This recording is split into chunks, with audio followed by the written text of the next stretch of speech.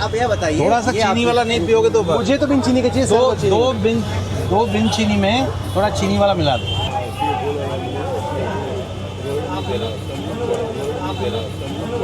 बाबुल भाई, आप कह रहे थे कि तृणमूल में गाने की खूब आज़ादी है। बिल्कुल है।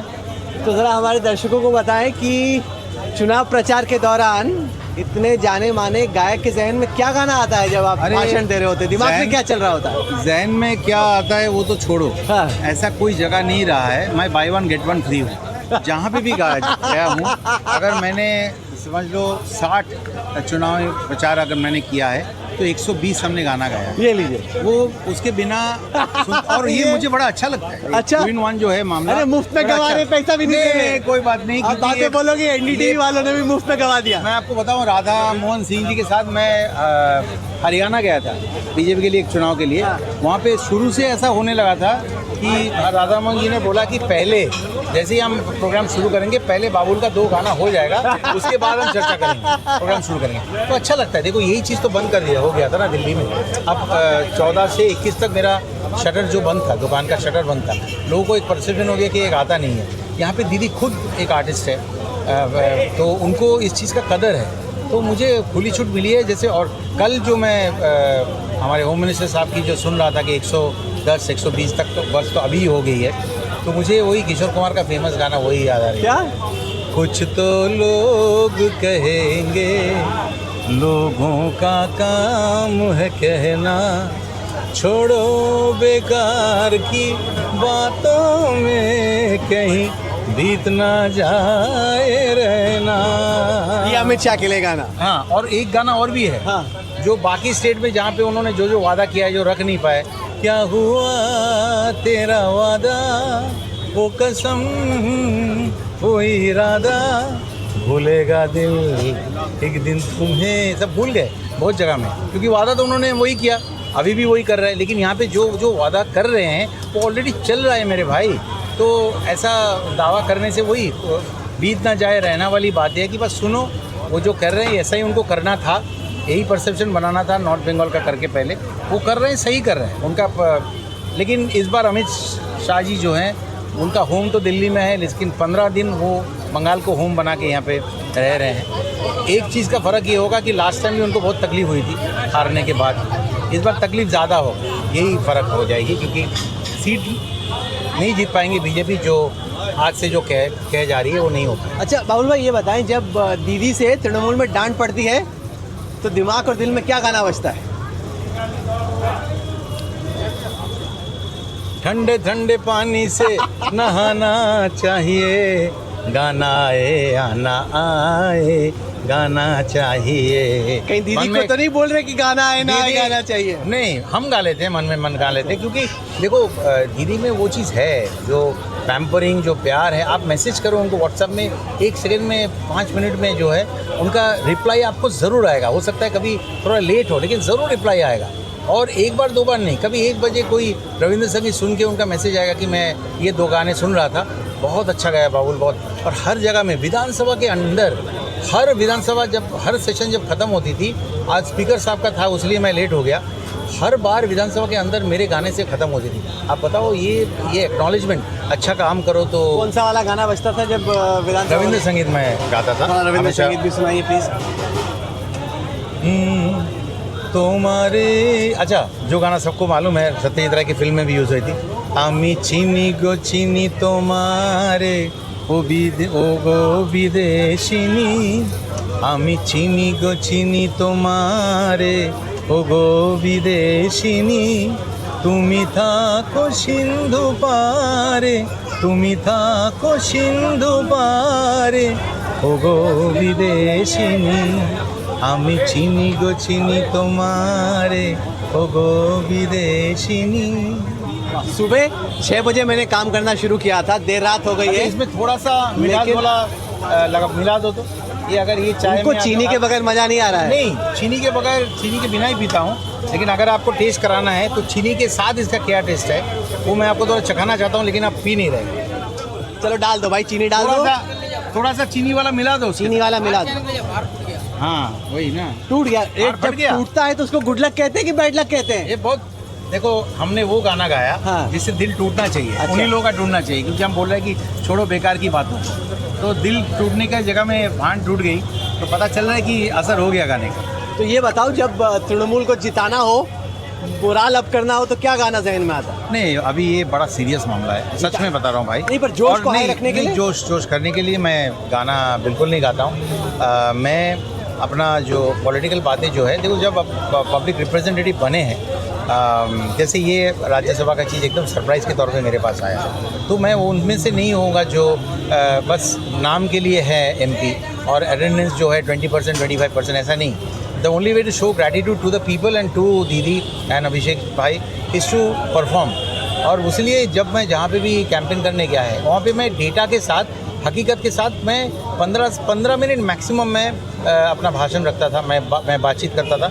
उससे ज़्यादा में लोगों का अटेंशन स्पैन चला जाता है।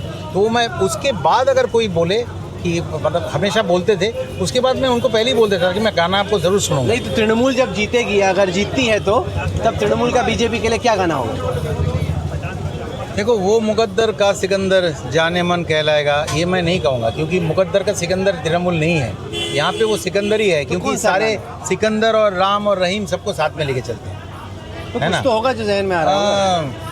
वो यही है मेरा जो गाना है, हम तुम पिक्चर का, जो ये यहाँ पे नहीं गिरा सकते, इसको मैं जो है थोड़ा सा कोने में डाल देता हूँ, इसको उठा लेंगे। हाँ, तो हम तुम फिल्म का जो टाइटल गाना है, वही गाना पड़ेगा कि अब जो है ये सब नॉइज़ बहुत हो गया है, बस हम और तुम अभी नज़दीक आके अब काम करते हैं। सांसों को सांसों में ढलने दो ज़रा, धीमी सी धड़कन को बढ़ने दो ज़रा, लम्हों की गुजारिश है ये पास आ जाए, हम तुम हम तुम, सांसों को सांसों में ढलने दो ज़रा। 4 के बाद जो है दीदी पब्लिक को यही कहेगी कि चलो झमेला झंझट जो है वो ख़त्म हो गई है, अब कोई भाषणबाजी नहीं, चलो फिर से काम पे लौटते हैं। ये भाजपा वाले सुनते थे आपके गाने? दीदी सुनती हैं गाने आपके? अरे बहुत सुनती है, हर फंक्शन में, हर जगह में, मतलब क्या बताऊँ आपको मैं, वही तो मैं बता रहा हूँ कि एक खुश आदमी वो काम भी बड़ा अच्छा करता है।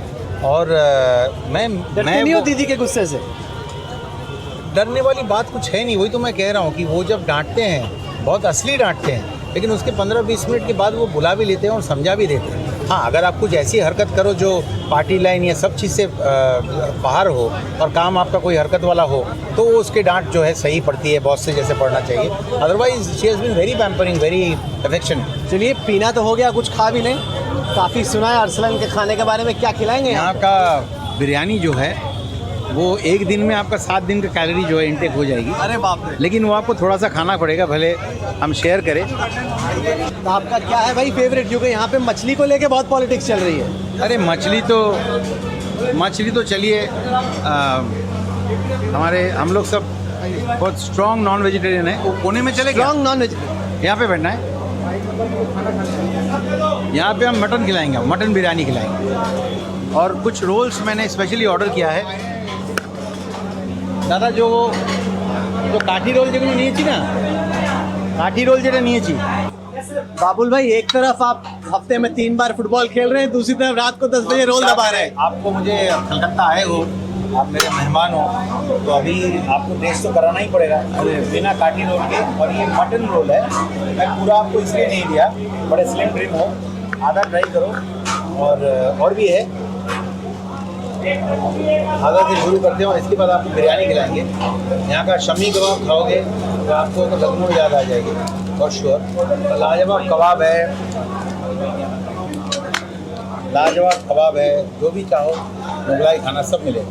पर ये जो तृणमूल आरोप लगा रही है कि बीजेपी वाले आ गए तो मछली नहीं खाने देंगे, वेजिटेरियन बना, ऐसा तो है नहीं। ये तो आपको भी मालूम है, नहीं है, झूठ मूठ का आप माहौल बना रहे हो। ये बुनियाद तो नहीं कह रहे हैं ना, ऐसी उन्होंने कहाँ कहा है? ऐसी बातें बीजेपी के नेताओं ने जो है वो बातें की है, तो बातें तो की है, तभी जाके ये बात बनी आई है ना, नहीं तो क्यों कहेंगे, ये बातें तो कही गई है। मैं एग्जैक्टली वो नेताओं का नाम नहीं ले सकता, पर ऐसी बात हुई है। और ये जो मारे गए हैं इंडिया में, डिनाई भी तो किया कि हम नहीं रोकेंगे भाई, सबको आज़ादी है अपना खाना खाने की। बात तो यही सबसे बड़ी बात है कि मैं रोकूंगा नहीं, ये सफाई तुमको देनी पड़ी है ना।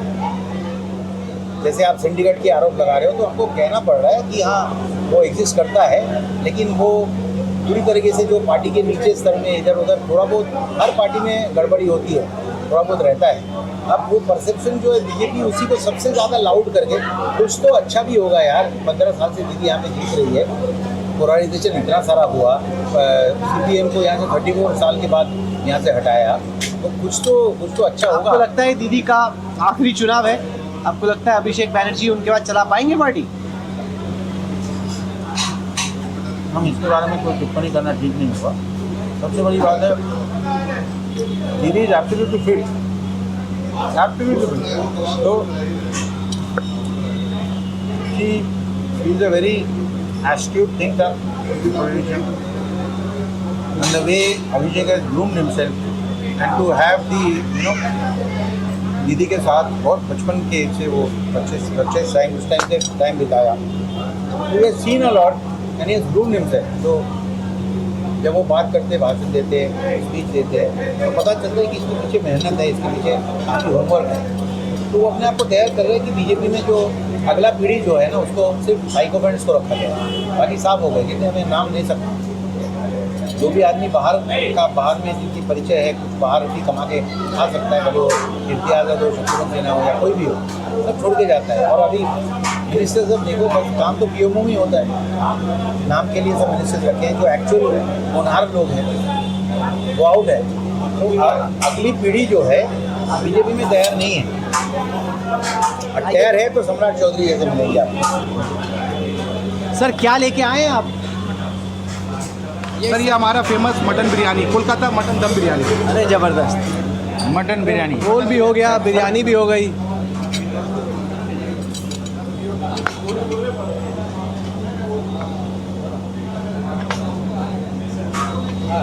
ये आलू जो है, this is the most tantalising thing, अरे वाह, it will melt in your mouth. Forbidden है।